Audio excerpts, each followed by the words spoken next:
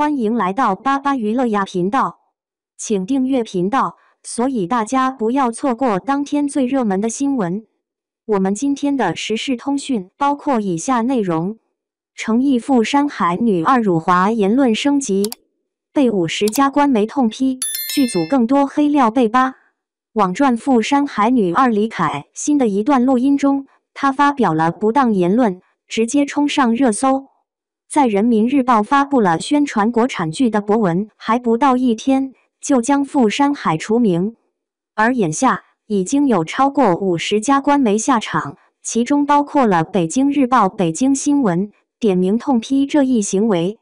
如此恶劣的影响下，李凯欣不仅是影响了赴山海这部剧，更激起了网友的愤怒。01不当发言触及底线，道歉难平网友怒火。在网络上流传的录音，据说是由李凯欣的前助理发布，而录音内容中，他不仅说红了就红了呗，有戏拍有钱赚不就好了，我也不是为了红，而是为了钱，还发表了侮辱国人的言论。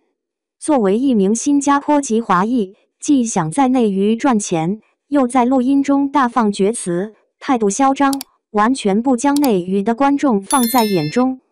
随后李凯欣工作室发布了声明，李凯欣也发声道歉，但却否认了录音的真实性。但是李凯欣的回应没有任何证据，仅仅矢口否认，并没有网友买账，纷纷在评论区喊话：别又当又立，内娱这么多演员，市场不需要一个不尊重这里的演员。翻译：我想继续捞钱。而这也不是李凯欣第一次有类似的行为。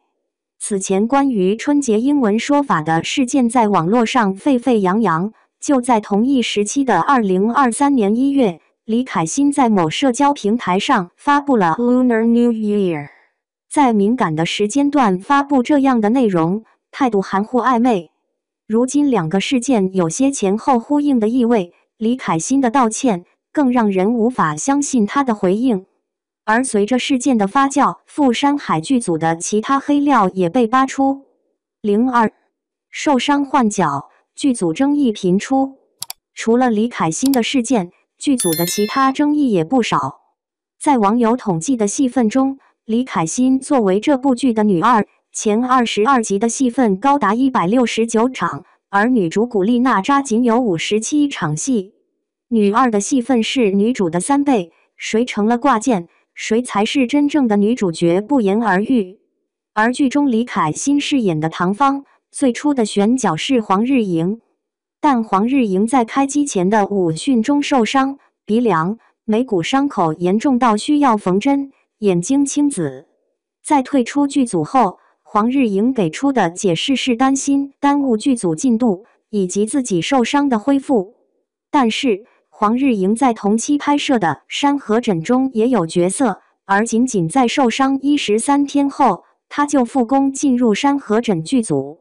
武训的保护措施不到位，导致演员脸部受伤，又在受伤后迅速换人，安排李凯欣进组。剧组的做法未免太没人情味。而参考同期《山河枕》剧组的做法，先调整档期拍摄其他内容，等到黄日莹回归后继续拍摄。如果赴山海剧也能这么做，也不会因为李凯欣的事件耽误剧集的播出，浪费台前幕后所有人的努力。而这部剧在选角上的争议还有黄俊杰，因为个人的负面新闻，黄俊杰在重启之极海听雷中饰演张起灵积累的热度被消耗殆尽，几乎没剧可拍。所以当黄俊杰出现在赴山海的开机仪式上，直接引起了同组演员粉丝以及其他网友的不满。按照常理，参加开机仪式的演员必然是这部剧的主创之一，而赴山海剧组在发布的开机宣传中，直接给黄俊杰打上了特别嘉宾的标签。先不说开机需不需要不参演的演员到场支持，就算需要，难道不找咖位大的演员，而是选择了一个失去路人缘和口碑的演员？理由未免太牵强。而在赴山海被影响播出时间存疑后，黄俊杰在社交平台上发布了“西西”2个字，让众多网友猜测黄俊杰是在导游。在选角用人这件事上，剧组的态度多少有些敷衍，躲过了被抵制的黄俊杰，又出现了女二李凯欣的事件。不认真背调，谨慎选角，眼下剧组也要付出代价。